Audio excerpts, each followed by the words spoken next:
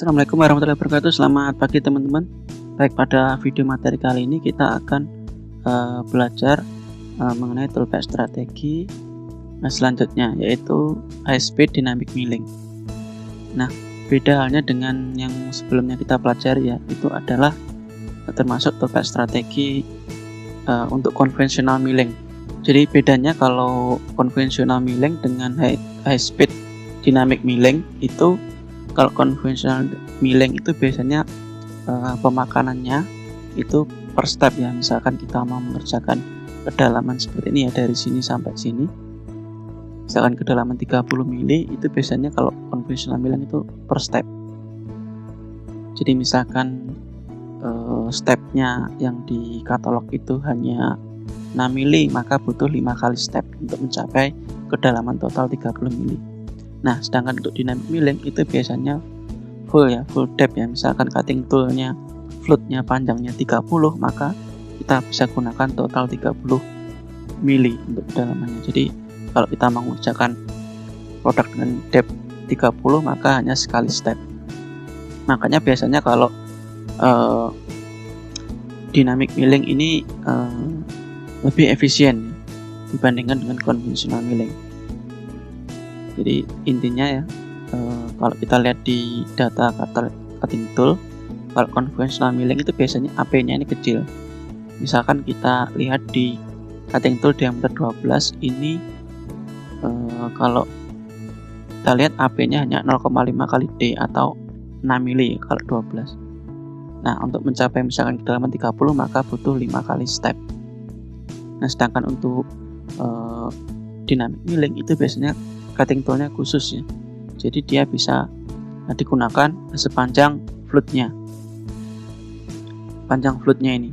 Jadi AP-nya lebih tinggi. Misalkan floatnya 30, maka bisa digunakan sedalam 30 mili untuk pemakanannya.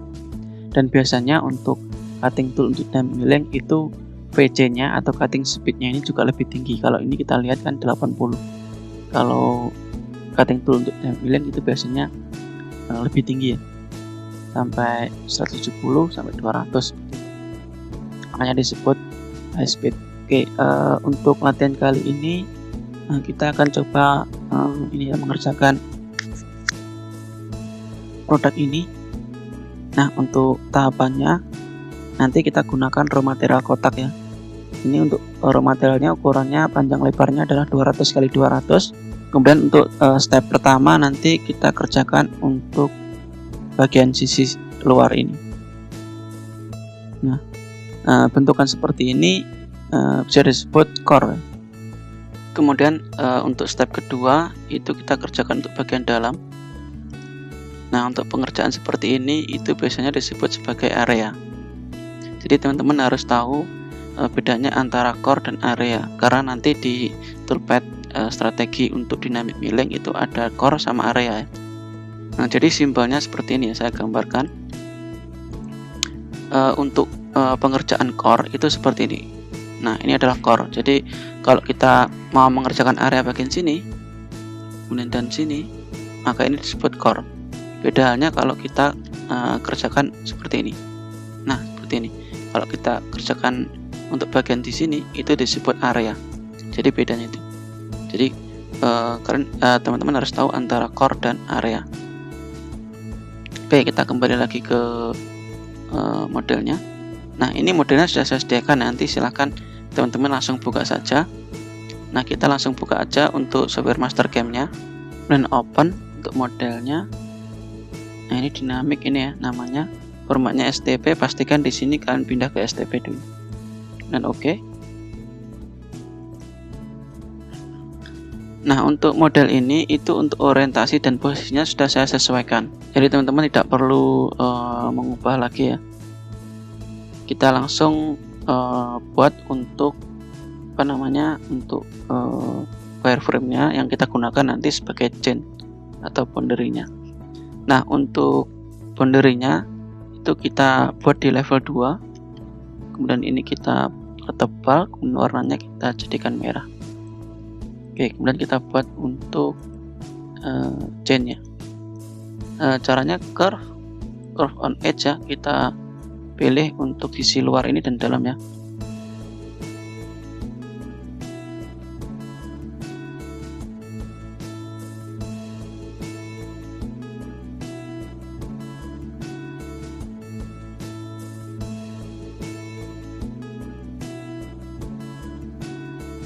Oke, setelah itu yang bagian dalam.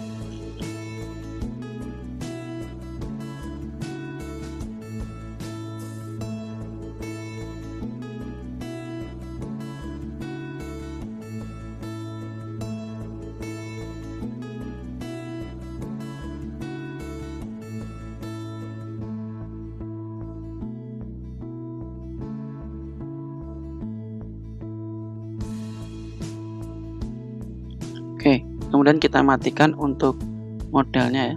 Kita nggak butuhkan lagi, kita hanya butuh untuk wireframe ini. Nah, setelah kita buat seperti ini, pastikan untuk chainnya sudah benar ya. Kita analyze chain.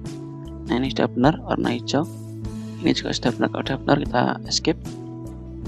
Nah, kemudian satu lagi ya, untuk pengerjaan core itu khusus untuk core ya, itu harus ada batas luarnya.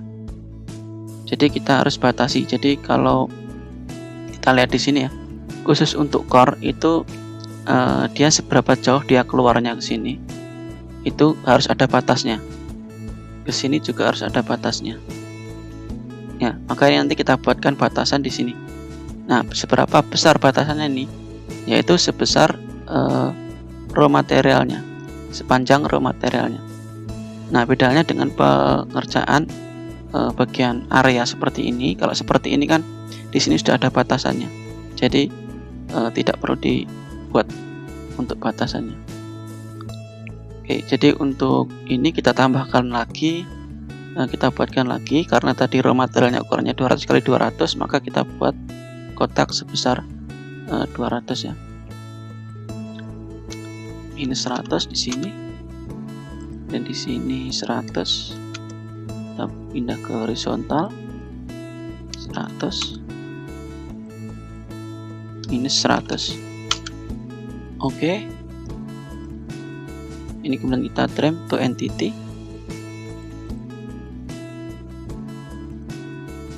Oke, jadi ini untuk chainnya sudah cukup ya. Jadi kita butuh 3 chain ini untuk mengerjakan produk yang tadi. Oke, setelah itu kita aktifkan mesin type-nya ya, milling, kemudian default. Nah, untuk langkah pertama yaitu kita kerjakan bagian yang luar sini ya, atau pengerjaan untuk bagian core-nya. Nah, kita masuk ke toolpad. Nah, di sini kita pilih 2D high speed dan oke. Nah, untuk chain-nya kita pilih 2 ya. Ini adalah chain sebagai bentuk modelnya, sedangkan yang sini adalah chain untuk batasan pengerjaan bagian luarnya. Dan kita oke.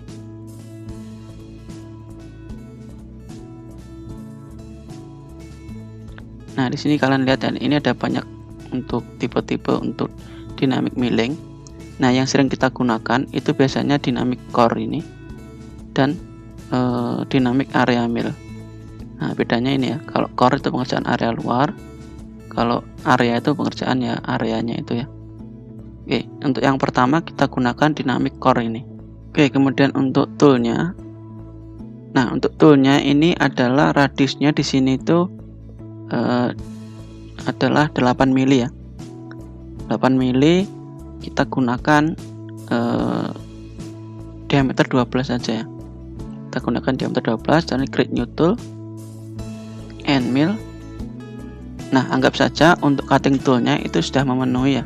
Untuk flutnya itu panjangnya adalah 30 sesuai dengan depth dari produknya tadi. Jadi ini kita ganti 12. Kemudian untuk flutnya adalah 30. Dan soldiernya itu biasanya lebih besar dari flutnya ya. 30 40 ya. Kemudian overall length-nya kita anggap aja 70. Oke, seperti ini. Kemudian untuk number of flute-nya 4 ya. Oke. Nah, di sini saya tidak menggunakan cutting tool ya. Nanti silahkan disesuaikan sendiri dengan cutting tool khusus untuk dynamic milling. Nah, ini untuk mempercepat, isikan untuk nilai standarnya aja. Untuk FPT-nya 0,08, kemudian CS-nya itu biasanya tinggi ya, jadi sekitar kita gunakan 170 saja. Oke. Nah, pastikan ya, biasanya karena untuk dynamic milling itu CS-nya ini besar atau cutting speed-nya ini besar, itu biasanya RPM-nya juga tinggi. Ya, ini kan baru 4.500 ya. Bisa ada misalkan cutting speed-nya tinggi, kemudian tool-nya kecil, itu biasanya RPM-nya jadi lebih tinggi lagi. Dan pastikan untuk nilai spindle speed ini harus memenuhi kapasitas atau spek dari mesinnya. Biasanya mesin itu ada batasan untuk maksimum spindle speed. Nah, sebagai contoh, misalkan yang kita punya di lab CNC itu maksimumnya adalah 8000, maka ini untuk angka 4500 masih bisa dijalankan di mesin itu. Kemudian untuk plug rate-nya kita isi 500. Nah, kemudian kita masuk ke cut parameter. Nah, di cut parameter ini untuk area core itu biasanya ini ya. Jadi masuknya itu melalui bagian luar. Jadi karena di sini tidak ada di sini langsung ada proses pengerjaan ya, tidak ada batasan untuk produknya, maka untuk entry motionnya itu bisa dari luar seperti ini, langsung ke bawah kemudian masuk ke sini.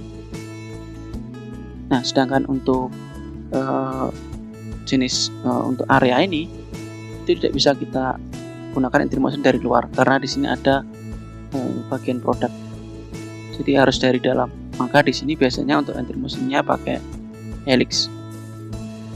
Ya, bedanya untuk pengerjaan core itu bisa dari luar untuk entry motionnya, sedangkan untuk area itu harus dari dalam, maka butuh helix ini. Oke, kita kembali lagi ke sini. Jadi untuk approach distance ini adalah berapa jaraknya ini ya, dari luar itu berapa, kita isi aja 20. Kemudian untuk step over itu adalah jarak perpindahan toolnya ini. Nah, untuk dynamic milling karena dia untuk depth-nya atau depth of cut-nya itu tinggi ya, sepanjang foot-nya, maka biasanya step over-nya kecil. Nah, ini bisa kalian lihat di katalog cutting tool atau kita gunakan angka standarnya 10% dari diameternya.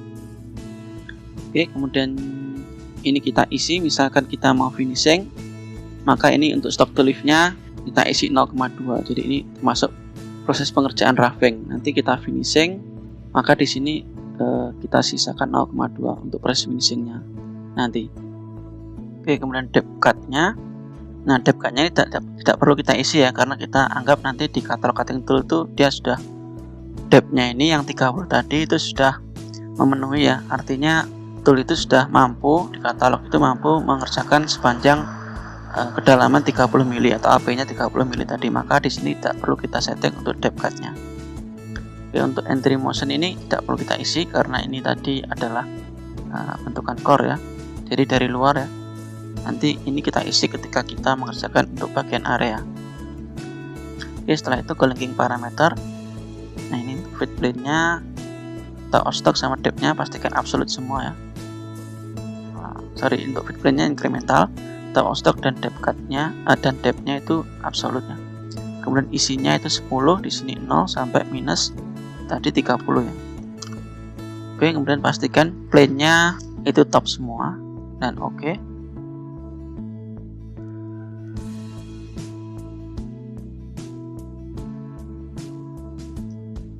Oke, jadi seperti ini hasilnya. Nah, ini adalah tadi untuk approach-nya ya, dari luar.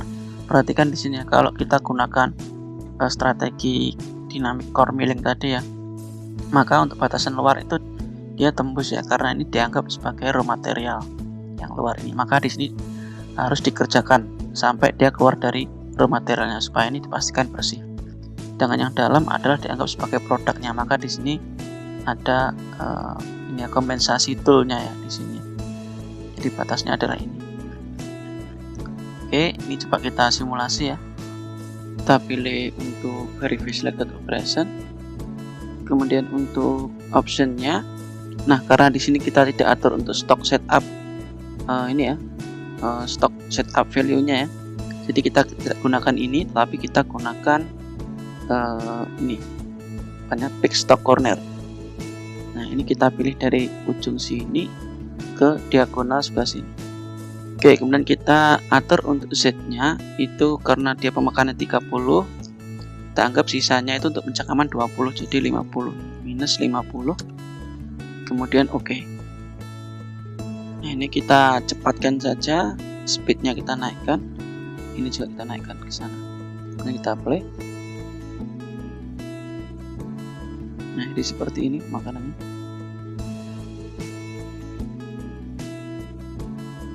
Nah, ini mungkin nanti untuk simulasi seperti ini akan lambat ya, seperti ini hasilnya.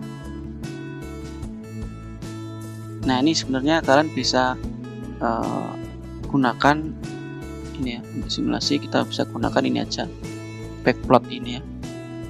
Kita gunakan backplot ini supaya lebih cepat ya. Dari sini pun nanti kita sudah mengetahui apakah hasilnya sudah sesuai atau belum. Nah, ini kita aktifkan, pastikan kita nyalakan untuk quick verify ini ya. Ini kalian pilih, kemudian kalian play.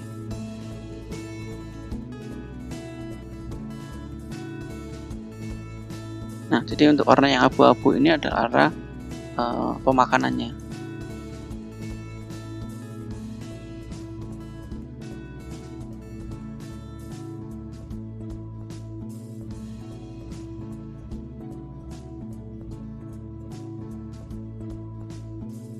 Nah, ini hasilnya. Kalau kita lihat ini sudah sesuai ya. Dan kita oke.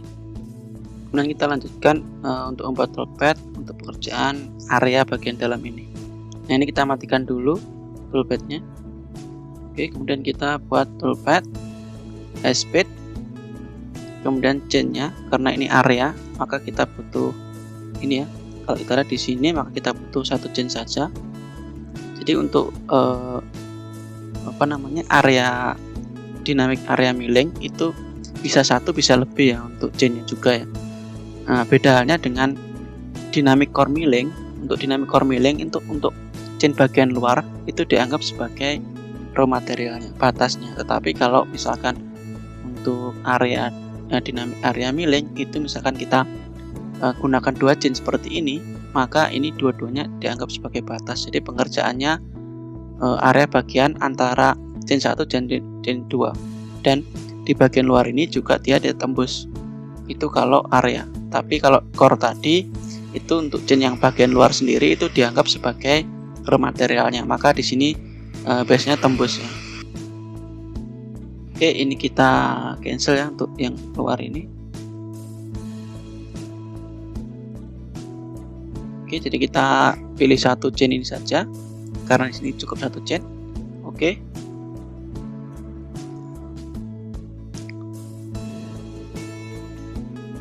Nah, ini kemudian kita pilih dynamic area mill. Kemudian toolnya kita pilih sama ya. Untuk bagian dalam ini kalian bisa cek sendiri ya. Ini radiusnya 8, kita pakai N mill 12 saja diameternya.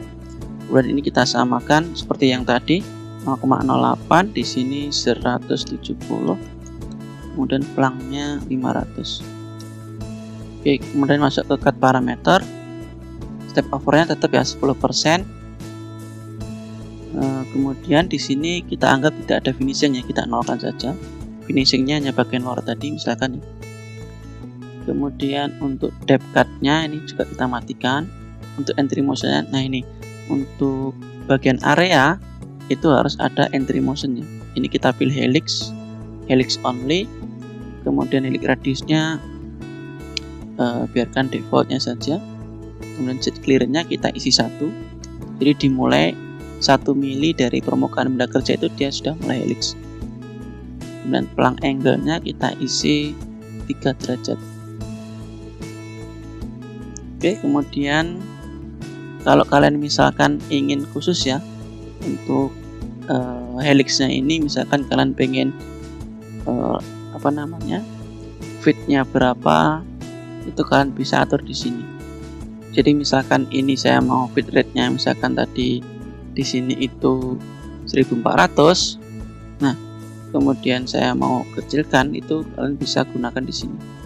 Kemudian spindle-nya misalkan kalian juga ubah, kalian bisa atur di sini. Tapi kalau ini tidak kita aktifkan, maka speed yang digunakan waktu di helix adalah speed plangnya ini ya, 500 ini. Ini kita tidak perlu aktifkan saja. Kemudian linking parameternya sama seperti tadi ya. Ini dari 0 sampai minus 30. Dan plane-nya pastikan top semua dan oke. Nah, ini ada hasilnya ya. Nah, ini adalah masuknya tadi. Dia helix ya. Bawah, setelah sampai bawah dia mulai pengerjaan pemakaran. Nah, seperti ini. Ini untuk gerakan seperti ini itu gerakan toroboidal namanya. Jadi dia menjaga load chipnya itu tetap konstan. Oke, ini kita bisa simulasi lagi pakai ini aja ya, Blackboard ini ya. Play.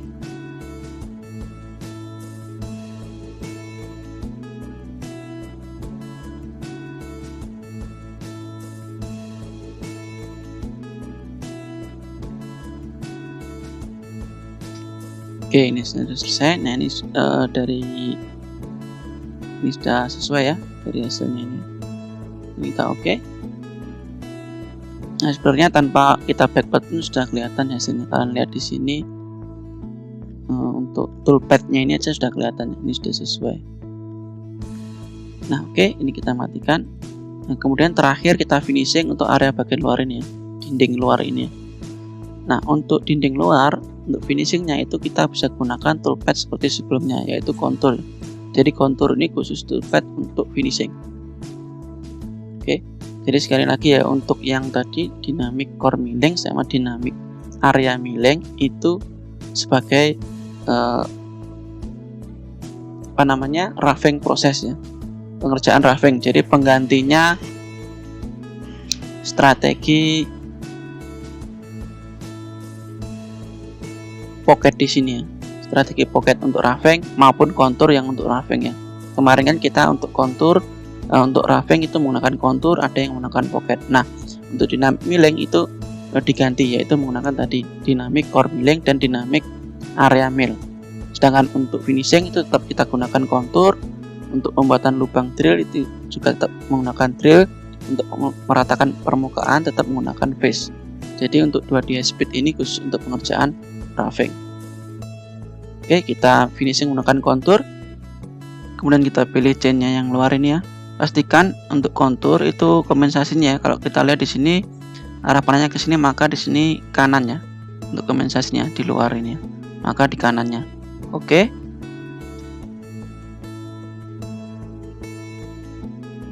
Kemudian untuk toolnya kita bisa gunakan tetap ya 12 saja ya. Ini kita isi 0,08, ini 170. Oke, plangnya kita gunakan 500. Kemudian cut parameter ini kanan tadi ya, right. Kemudian stock on wall-nya pastikan 0 ya. Kemudian depth cut-nya kita full depth, masih tetap kita gunakan path yang sama. Kemudian lead in lead out-nya kita gunakan default 100 ya. Multipass-nya dimatikan ya, karena untuk finishing pasti satu kali ya. Kemudian untuk linking parameter itu ini 0, ini absolute lagi minus 30. Kemudian oke. Nah, ini pastikan ada lead in lead out-nya. Kalau tidak ada, misalkan di sini mungkin tidak bisa terbentuk, maka kita pindah seperti materi yang sebelumnya. Kita pindah di area yang bisa membentuk lead in lead out. Nah, ini kalau sudah terbentuk seperti ini, berarti ini sudah oke. Oke, ini kalau misalkan kalian mau pastikan hasilnya benar atau enggak ya, bisa kalian simulasi seperti ini, kemudian kalian tunggu saja sampai selesai ya. Nah, ini kan lama, atau kalian percepat seperti ini, tunggu sampai hasilnya selesai, ini persentasenya selesai, baru nanti hasilnya keluar. Oke, ini saya kira cukup ya untuk materi kali ini.